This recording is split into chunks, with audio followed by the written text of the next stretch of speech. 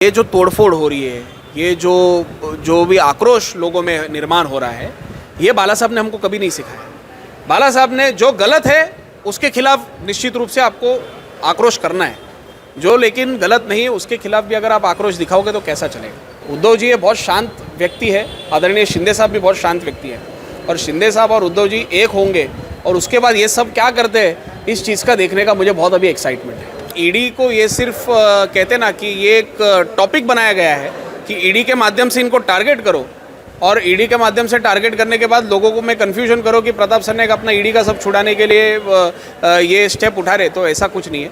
शिंदे साहब का जो निर्णय है, सरनाईक साहब का जो निर्णय है कि कांग्रेस और राष्ट्रवादी के साथ हमको नहीं बैठना है, हम अकेले भी बैठने को तैयार। हम ऐसे नहीं बोल रहे कि हम बीजेपी के साथ बैठेंगे, हमको बीजेपी के साथ भी नहीं बैठेंगे, हमको चलेगा। तो बीजेपी के साथ नहीं बैठेंगे मतलब ईडी का तो संबंध आता ही नहीं है। हमको सिंपल है कि हमको अकेला भी काम करने को हम तैयार है, और अगर अकेले काम करने की ताकत नहीं रखते हैं तो हम हमारे निश्चित रूप से पुराने जो मित्र हैं उनके साथ भी काम करने को तैयार है। कल जब प्रताप सरनाईक फिर मीरा भाईंदर में आएंगे तो पूरी जनता इधर आने वाली है, वो पूरी पब्लिक इधर आ जाएगी। लेकिन देखो सरनाईक साहब के भी दिमाग में सब चीज़ें दिखती रहती है उनको। आपने जैसा बोला कि जब भी सरनाईक साहब आते थे तो सरनाईक साहब के साथ इतनी फौज होती थी। सरनाईक साहब नहीं है, पूर्वेश सरनाईक है, मिनी वर्जन है, इसके लिए मिनी कॉर्पोरेटर्स आए, आप ऐसा समझ के चलिए। जय हिंद दोस्तों, इस वक्त मैं हूँ प्रताप सरनाईक जी के ऑफिस में, मीरा भाईंदर, और हमारे साथ हैं पूर्वेश सरनाईक जी। सर सीधा एक ही सवाल, कुछ जो सवाल चल रहे हैं बस मैं उसी में से सवाल लूँगा। जो एलिगेशन लगाए जा रहे हैं वो सबसे बड़ा फैक्टर ईडी बताया जा रहा है, लेकिन मैंने कुछ लोगों से ये पूछा, उसका जवाब नहीं मिल पाया कि ईडी के नोटिस कुछ नेताओं को मिले हैं आपके।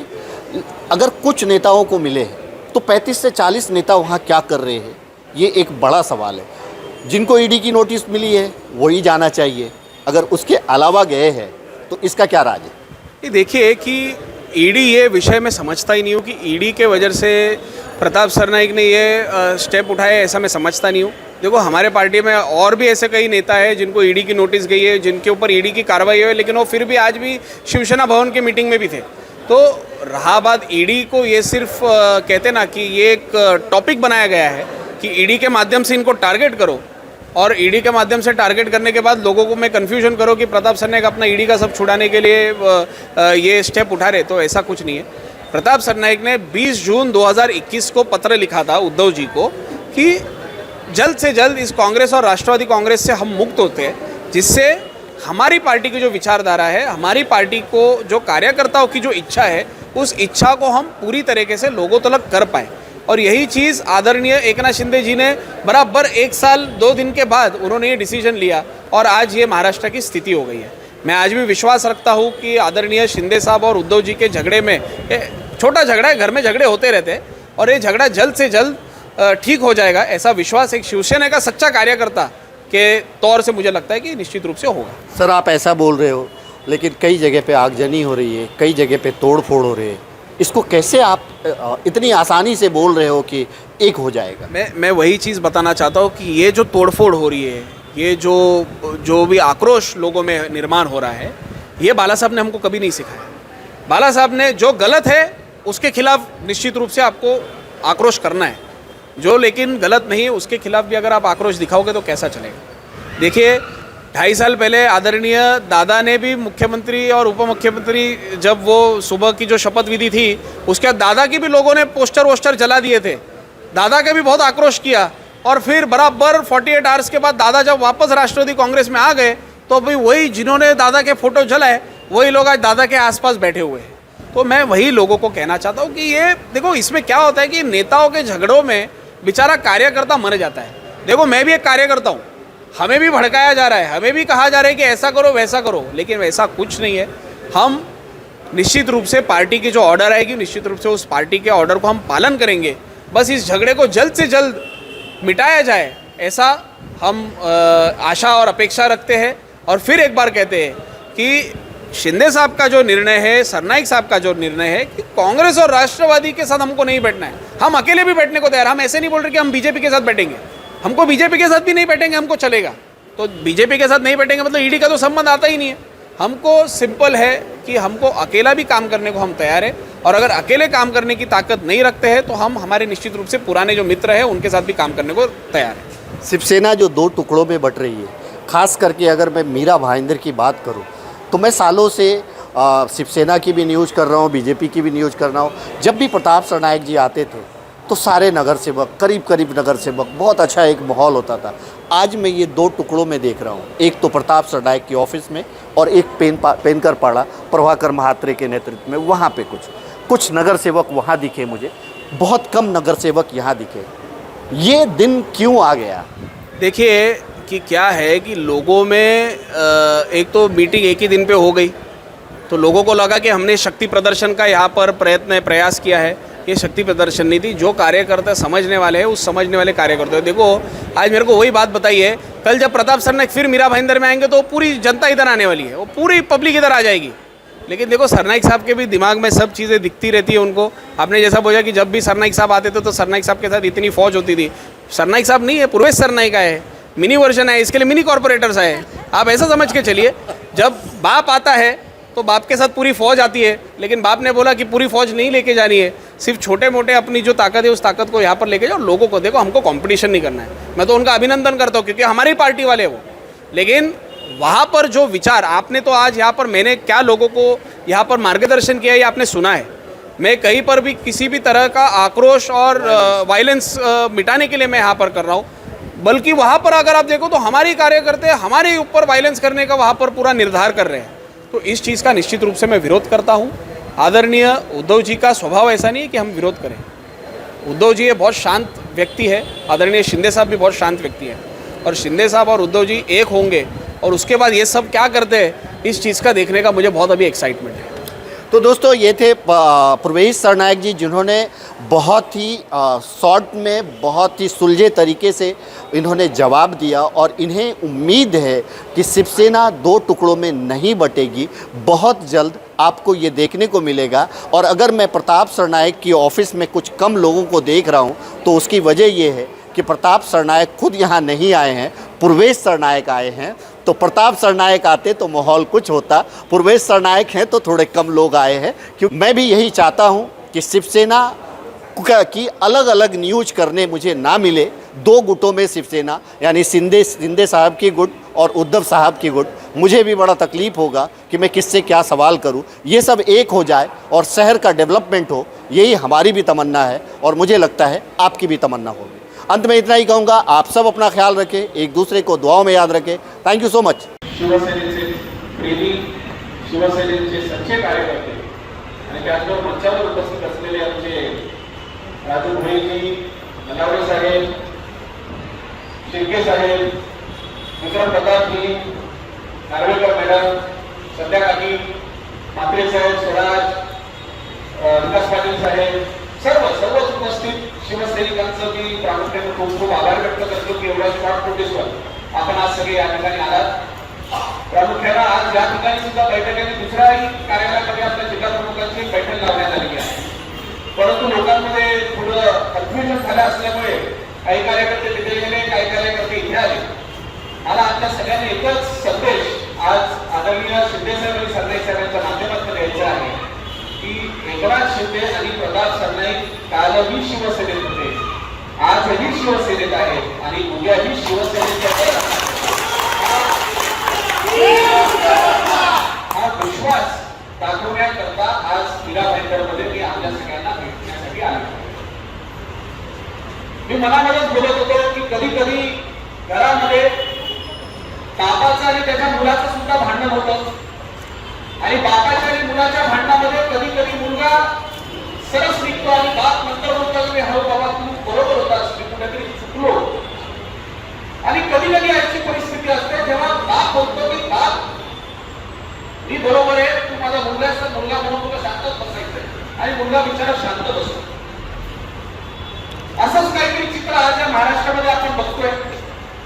आदरणीय शिंदे साहेबांनी जो निर्णय आज घेतलेला आहे हा काय उद्धव साहेबांना डावलण्यासाठी नाही घेतला, आज आपल्या पक्षाला वाचवण्याकरता आपण हा निर्णय घेत आहोत। तुम्ही स्वतः विचार करा, आज महाराष्ट्रामध्ये जेव्हापासून ही महाविकास आघाडीची सरकार आलेली आहे, या सरकार आल्यापासून शिवसेना हा पक्ष जो 2 नंबरचा पक्ष होता आज तो 4 नंबरचा पक्ष झाला। जिल्हा परिषदच्या निवडणुकीमध्ये आपण 4था नंबर, नगर परिषदच्या निवडणुकीमध्ये आपण 4था नंबर, आणि येणाऱ्या महानगरपालिकेमध्ये आता काय होणार हे आपल्याला माहित नाही. कारण ज्या काँग्रेस आणि राष्ट्रवादी काँग्रेसच्या विरोधामध्ये आपण गेली 30-35 वर्ष लढलो, तीच काँग्रेस आणि राष्ट्रवादी बरोबर आज आपण सरकार स्थापन करतो. मला तुम्हीच सांगा, मुख्यमंत्री पद आपल्याकडे आहे, सगळ्यात महत्वाची जी खाती असतात, गृह खातं कोणाकडे? राष्ट्रवादी काँग्रेस. महसूल खातं कोणाकडे? काँग्रेस. आरोग्य खातं कोणाकडे? राष्ट्रवादी काँग्रेस. म्हणजे जी काय महत्वाची खाती आहेत, सरकार स्थापन केल्यापासून जी काय महत्वाची खाती आहेत ती सर्व खाती, म्हणजे फायनान्स सुद्धा, सर्व खाती जर आपण काँग्रेस आणि राष्ट्रवादीला देण्यासाठी ही सरकार जर स्थापन करत असेल तर तो फार आपल्यासाठी घातक आहे. आणि म्हणूनच शिंदे साहेबांनी हा जो निर्णय आहे तो 22 जून 2022 ला घेतला आहे. परंतु सरनाईक साहेबांनी सन्माननीय मुख्यमंत्र्यांना 20 जून 2021 लाच पत्र लिहिलं होतं. आपल्या सगळ्यांना याची कल्पना असेलच. म्हणजे आपण पहिल्यापासून साहेबांच्या एकच विनंती करतोय की साहेब, कुठेतरी आपला पक्ष संपण्याच्या दिशेवर चाललेला आहे आणि आपल्याला आपला पक्ष संपवण्यापेक्षा आपण कुठेतरी लोकांमध्ये अस्तित्व निर्माण करण्याकरता आपल्याला, मी असं नाही म्हणत, मित्रांनी म्हणाले की आपल्याला कुठेतरी जाऊन भविष्यात महायुती करायची. मी आज एका मनाचा आहे, महायुती झाली नाही झाली आपल्याला त्यात फरक पडत नाही. शिवसेना एकटी सुद्धा काफी आहे, आपल्याला भाजपची गरज नाहीये. आम्ही आधी उद्धव साहेबांना सांगतोय, साहेब विरोधी पक्षात बसू, साहेब आपण विरोधी पक्षामध्ये बसूया, साहेब आपण एकटे बसूया, नको भाजप, नको काँग्रेस, नको राष्ट्रवादी, नको कुठलाही पक्ष, शिवसेना म्हणून आपले 56 आहेत ना, आपण 56 म्हणून त्या विधानसभेमध्ये बसूया. परंतु काँग्रेस आणि राष्ट्रवादीमध्ये बसणं हे मला तरी कुठेतरी योग्य वाटत नाही. 2019 ला आपण लढलो भारतीय जनता पार्टी बरोबर युतीमध्ये आणि लगेच युतीच्या निवडणुका झाल्या, निवडणुकीचे रिझल्ट आले आणि रिझल्ट झाल्यानंतर आपण यांना घेऊन त्यांच्या विरोधात आपण 30-35 वर्ष लढलो. आज आपण त्यांनाच घेऊन या निवडणुकीमध्ये, या सरकारमध्ये आपण त्यांच्यावर बसलो. बाळासाहेबांनी हे एक्सेप्ट केलं असतं का?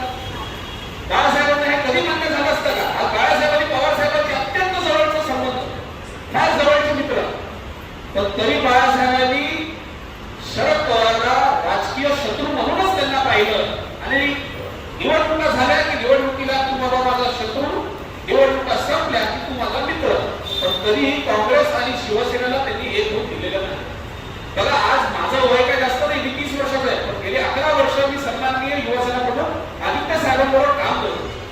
आणि मी साहेबांबरोबर काम करत असताना मलाही कुठेतरी असं वाटत होतं की माझ्या पक्षाचा नेता आज कुठेतरी जाऊन या काँग्रेस आणि राष्ट्रवादी काँग्रेसच्या माध्यमातून लोकांपर्यंत काम करायचा प्रयत्न करतोय आणि पक्ष शिवसेना भवनामध्ये कोणच नाही. म्हणून मला एकच आपल्या सगळ्यांना सांगायचं आहे की या सगळ्या गोष्टी ज्या घडतात हे घडत असताना कधीतरी कुणाला तरी विलन बनावा लागतो. कसं आहे, कधी कधी निर्णय घेत असताना आपल्याला काही करून निर्णय घ्यावे लागतात, त्याचा परिणाम सुद्धा कधी कदाचित वाईट होऊ शकतो. परंतु आपल्याला शेवटी आपलं घर वाचवण्यासाठी कुठच्यातरी स्तरावर जावं लागतं आणि तसा पाऊल मला असं वाटतं की आजच्या तारखेला आदरणीय शिंदे साहेबांनी होतं. मी आजही तुम्हाला सांगतो, मी श्रीकांत शिंदेच्या संपर्कात आहे, मी शिंदे साहेबांची फोनवर बोलतोय आणि त्यांच्या मनामध्ये आजही एकच आहे, अरे आपल्याला फक्त उद्धव साहेबांना समजवायचंय, आपण हा निर्णय त्या उद्धव साहेबांच्या विरोधात करायला नाही घेतले. आज शिवसेना तळागाळामध्ये जाऊन शिंदे साहेबांच्या मागे, आज ह्या दिघे साहेबांनंतर हा जिल्हा कोणी सांभाळला? अरे सांगा ना. आज मिटिंग घेणारे भरपूर येत आहेत या शहरामध्ये, सगळं आपण तयार करायचं आणि मिटिंग घेण्यानंतर वेगळे आपले तिथे मिटिंग करतात. अहो पण आज जर सरनाईक साहेब नसते तर या ठिकाणी जिल्हा भेटवल्या शिवसेनेला कोणी मदत केली असती? मला तुम्हीच सांगा. आज रात्री 12 वाजता, 1 वाजता, 2 वाजता हा ऑफिस तर 24 तास तुमच्याकडे ओपन आहे. परंतु आपल्याला आजही उद्धव साहेबांना आपण तोच मेसेज पोहोचवतोय की साहेब आपण एकटे बसू, आपण आपल्या आमदारांना घेऊन विधानसभेमध्ये एकटे बसू, परंतु काँग्रेस आणि राष्ट्रवादी बरोबर बसणे हे आपल्याला योग्य वाटत नाही. काय बघा, थोडी लढाई आता असेल, परंतु 2.5 वर्षानंतर पुन्हा लोकसभा आणि विधानसभेच्या निवडणुकीच्या वेळेस आपली स्वतःची तरी ताकद निर्माण होईल. आपण किती वर्ष यांच्या काँग्रेस आणि राष्ट्रवादीच्या भरोश्यावर कशाला बसेल? आज तुम्हीच बघा, जी शिवसेना एकटी लढत होती आणि पूर्णपणे आपली ताकद वाढवत होती, ती शिवसेना 4थ्या नंबरवर झाली. म्हणजे साधी आज आपली संख्या असताना सुद्धा आपण राज्यसभा आणि विधान परिषदेच्या निवडणुकीमध्ये आपण पराभव सहन करतोय. हा कुठेतरी जाऊन आपल्यासाठी धोका आहे ना.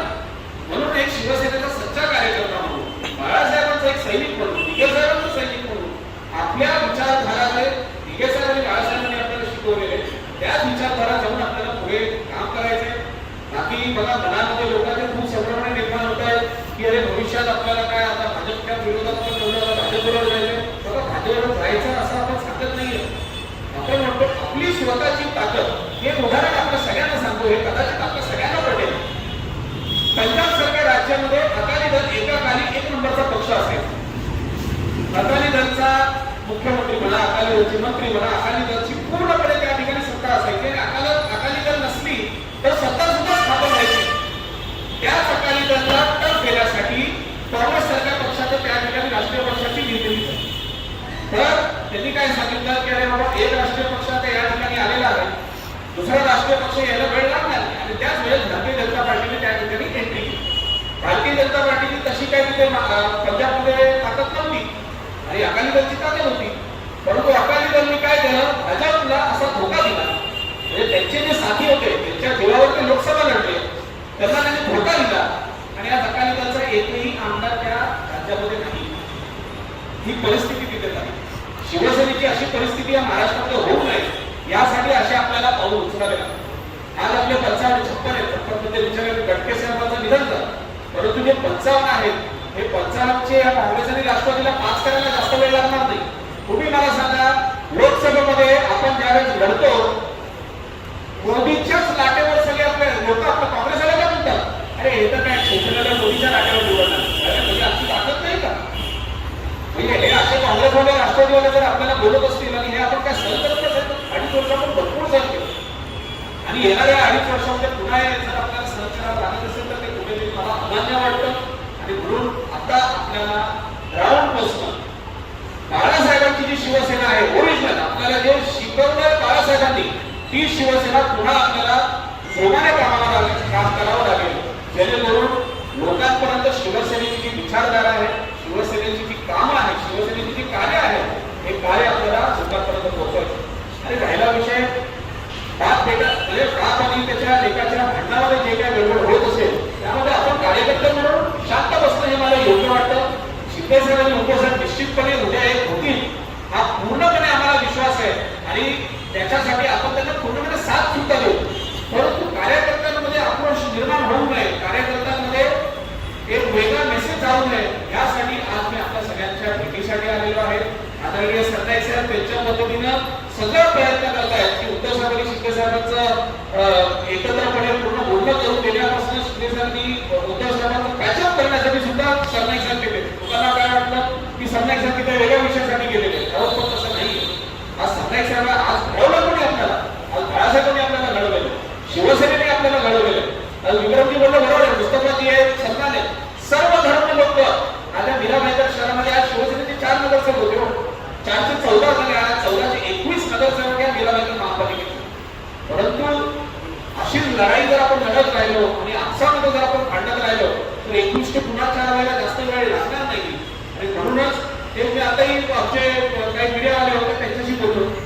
राष्ट्रवादी काँग्रेस पक्ष जो पूर्णपणे या मीराबाईकर शहरामध्ये संपला होता पक्ष, आज अचानकपणे सत्ता आली, मंत्री आले आणि ते मंत्री आज मीराबाईकर महिन्यातून 2-3 वेळा येतात. त्यांना अधिकार आहे, असं नाही म्हणत त्यांना नाही आलं, परंतु सत्ता आपली आपल्यामुळे आज ते लोक तिथे राज्यामध्ये मंत्री झाले आणि मंत्री झाल्यानंतर पूर्ण ती मंत्रिपदाची ताकद घेऊन ते मीराबाईकरमध्ये काम करायला लागले. मला सांगा, जर आपल्या माध्यमात युजर थ्रोचा प्रकार हा या ठिकाणी करण्यात येत आहे, काँग्रेस आणि राष्ट्रवादी हा आपल्याला युजर थ्रो म्हणजे टिश्यू पेपर कसा असतो, हात पुसायचा टिश्यू वापरा आणि टिश्यू फेकून द्या, ही परिस्थिती आज शिवसेनेची या काँग्रेस आणि राष्ट्रवादी किंवा काँग्रेसने केली.